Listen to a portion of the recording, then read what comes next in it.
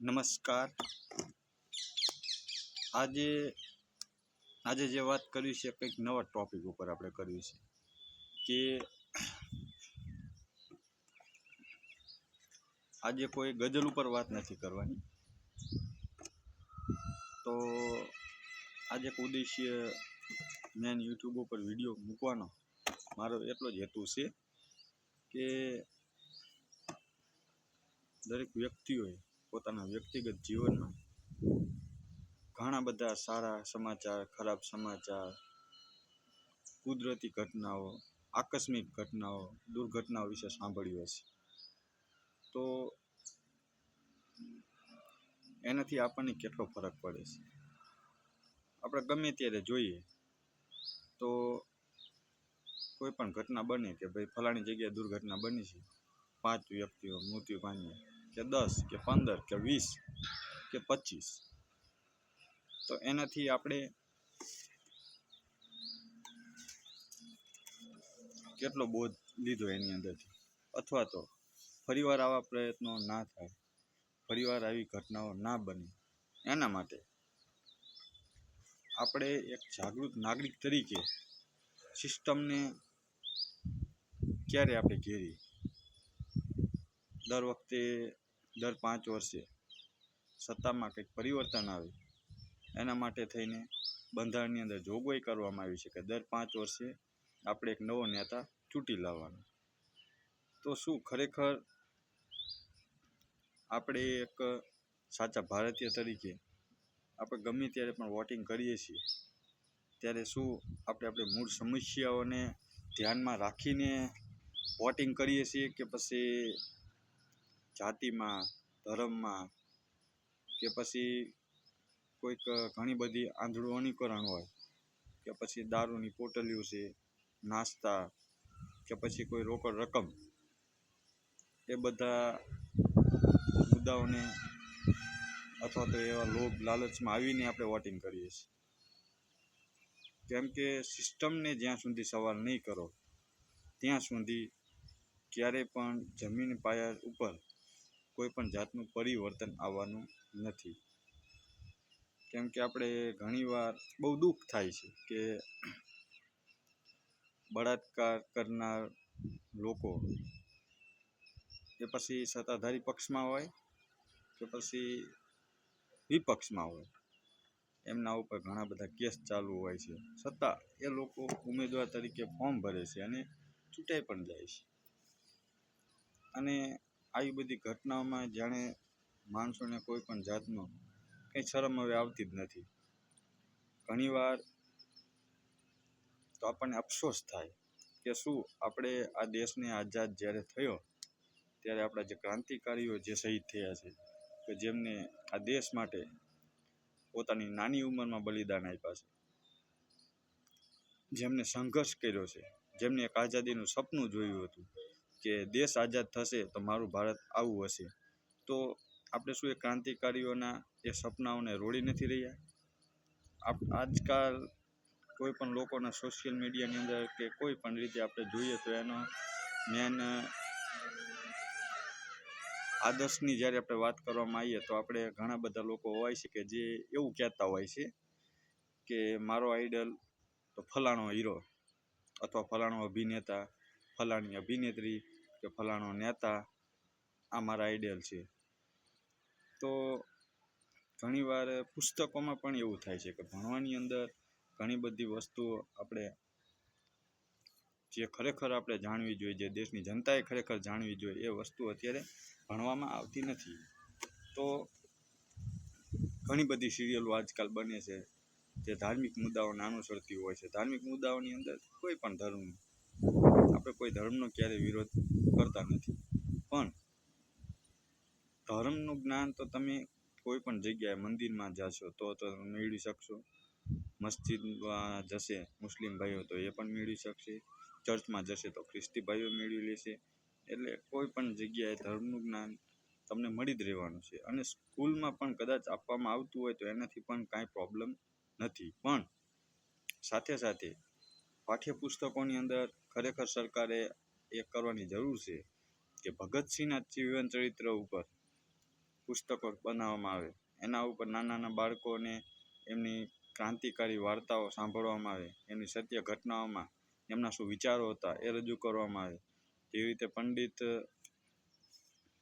પંડિતજી ચંદ્રશેખર આઝાદ કે જેમને નાની ઉંમરની અંદર એ લોકોએ દેશ માટે બલિદાન આપી દીધા, તો એમના જીવન સંઘર્ષની ગાથાઓ જો ભણાવવામાં આવે. જેવી રીતે ઘણા બધા અસંખ્ય ક્રાંતિકારીઓ જે ગુમનામ થઈ ગયા છે, આપણને ઘણા બધા આંગળીના વેઢે ગણી શકાય એટલા ક્રાંતિકારીઓના નામ આપણને યાદ છે, પણ તેમ છતાંય આપણને એ પણ યાદ હોતું નથી કે આ ક્રાંતિકારીઓનો જન્મ કઈ તારીખે થયો હતો, એ કઈ તારીખે શહીદ થયા હતા. આપણને સોશિયલ મીડિયામાં ઘણી બધી વસ્તુમાં આપણે જોઈએ છીએ, તો આપણી આગળ જાણે ટાઈમ જ નથી. તો આ લોકોને કેમ ભૂલાવી દેવામાં આવે છે કે જેમને પોતાના બલિદાનથી આ ભારત બનાવ્યું હોય, એવા ક્રાંતિકારીઓ, તો શું એમની માને નહીં વાલા હોય? એમને પોતાની નાની ઉંમરમાં, યુવાનીમાં જ પોતે દેશ માટે પોતાનું લોહી રેડી દીધું હતું, કે ફાંસીના માથડે ચડી જતા હતા. તો એમનો વર્ષમાં એકવાર જન્મદિવસ આવે કે શહીદ દિવસ આવે, તો ક્યારે આપણે એક દિવસમાં 2 મિનિટ પણ એ ક્રાંતિકારીઓ માટે ફાળવી શકતા નથી. આપણી આગળ ઘણો બધો ફાલતુ સમય છે, પણ આપણી આગળ આપણને એ જ નથી ખબર હોતી. કારણ કે એનું કારણ એ છે કે તમને જણાવવામાં નથી આવતું. ભગતસિંહના જીવન ચરિત્ર વિશે જ ભણાવવામાં નથી આવતું. સુભાષચંદ્ર બોઝ છે, ઘણા બધા ક્રાંતિકારીઓ છે કે જો એમના જીવન ચરિત્ર ઉપર પાઠ્યપુસ્તકની અંદર થોડો ઘણો ભાગ આપવામાં આવે, અને તો કહું છું કે પહેલાં ધોરણથી લઈને તે કોલેજ સુધીમાં એમનું જીવન ચરિત્ર થોડું જો રજૂ કરવામાં આવે, જો બાળકોને ભણાવવામાં આવે, તો વિદ્યાર્થીઓ કદાચ એમના જીવન ચરિત્રને સમજી શકશે. અને ભવિષ્યમાં જ્યારે નાનું બાળક એક મતદાતા એટલે કે 18 વર્ષ ઉપરનું થશે કે 20-25 વર્ષનો યુવાન થશે, ત્યારે એના ધ્યાનમાં એ બાબત જરૂર રહે છે કે આ દેશ માટે આપણે પણ કંઈક કરવું જોઈએ. આ દેશનો દરેક નાગરિક, એ પછી નાનો બાળક હોય કે પછી વૃદ્ધ હોય, આ દેશનો દરેક નાગરિક કોઈ પણ સત્તા પક્ષ સાથે જોડાયેલો હોય કે વિપક્ષ સાથે જોડાયેલો હોય, દરેક આ બધા ક્રાંતિકારીઓના ઋણી છે. એ ક્યારે કોઈ ભૂલવું જોઈએ નહીં. તમારા આઈડિયલ કોઈ પણ હોય એનાથી કોઈ પ્રોબ્લેમ નથી, પરંતુ દેશના સાચા હીરો તો આ શહીદ વીરો જ હતા. તો ઘણી બધી સોશિયલ મીડિયામાં આ જોકે અમે યુટ્યુબ ચેનલની રચના જ્યારે ગઝલ દ્વારા રજૂ કરી છે, તો હું ભવિષ્યમાં એ બધા ક્રાંતિકારીઓના જીવન ચરિત્ર વિશે પણ થોડી ચર્ચા કરતો રહીશ.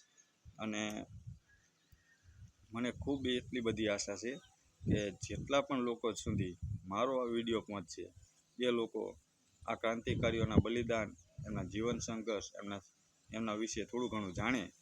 અને એમના નાના બાળકોને પણ ઘરમાં જો આ વાર્તાઓ જો સંભળાવવામાં આવે, અથવા તો આપણા ઘરની અંદર પણ, હું તો કહું છું કે આ બધા એક ફોટા, જે રીતે આપણે ગોવા, મુંબઈ, દિલ્હી, દીવ કોઈ પણ જગ્યાએ ફરવા જઈએ છીએ, તો પતિ પત્નીનો કે નાના બાળકો જોડે કોઈ પણ જગ્યાએ આપણે ફરવા ગયા હોય તો આપણો એક ફોટો ફ્રેમ હોય છે.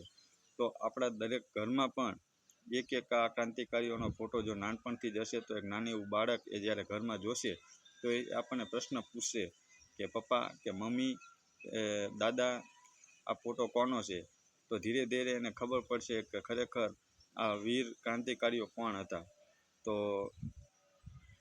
હું આગળના મારા નવો વિડીયો જ્યારે બનાવીશ, ત્યારે આપણે કોઈ પણ એક ક્રાંતિકારીના જીવન સંઘર્ષ ઉપર આપણે ચર્ચા કરીશું.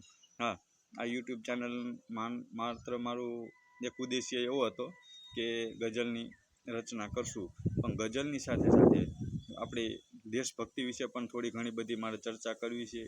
એવો ઘણા બધા ટૉપિક છે, તો ધીરે ધીરે આપણે એને રજૂ કરતા રહીશું. આમ તો મુદ્દાઓ ઘણા બધા છે, પણ આપણે ક્યારેય કોઈને વ્યક્તિગત આપણે ટાર્ગેટ કોઈને કરવા માટે આ વિડીયો કંઈ એવું બનાવતા છીએ નહીં.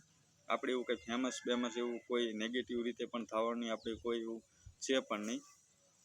પણ ખરેખર આજે ભૂલી જવાય છે જે ક્રાંતિકારીઓને, જેમને ફક્ત 15મી ઓગસ્ટ આવે ત્યારે આપણે યાદ કરીએ છીએ, અથવા 26મી જાન્યુઆરી આવે ત્યારે યાદ કરીએ છીએ, પણ ત્યારબાદના બાકીના 365માંથી 2 દિવસ આપણે યાદ કરીએ અને 363 દિવસ આપણે એમને ભૂલી જઈએ છીએ.